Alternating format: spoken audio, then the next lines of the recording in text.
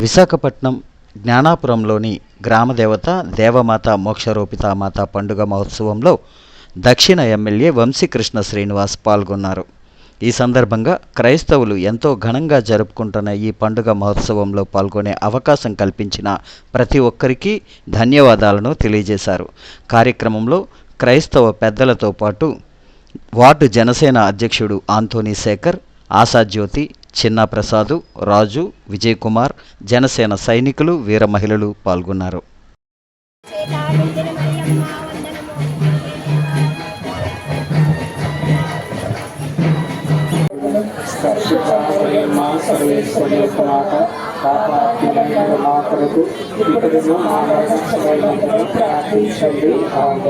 పితా పుత్ర పవిత్రాత్మక మహిమ కలుగును గాక.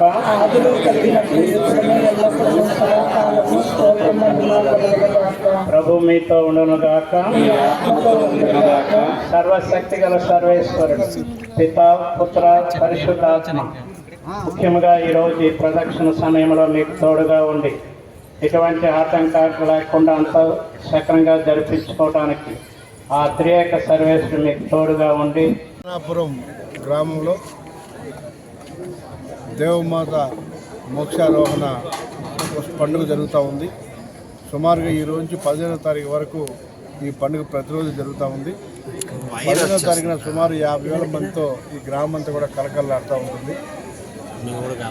ఇప్పుడే పెద్దలు చెప్తూ ఉన్నారు, గత 125 సంవత్సరాల క్రితం ఈ ప్రాంతం అంతా కూడా కలరా వ్యాధులతో ఇబ్బంది పడుతున్న తరుణంలో అమ్మవారు ఇక్కడ ఈ ప్రజలందరినీ కాపాడమని చెప్పేసి వీళ్ళందరూ మొక్కుంటే అమ్మవారు వచ్చి కాపాడి ఈ ప్రాంతాన్ని రక్షించిందని చెప్పేసి గత 120 సంవత్సరాలు ఈ పండుగ జరుపుకుంటూ ఉన్నారు.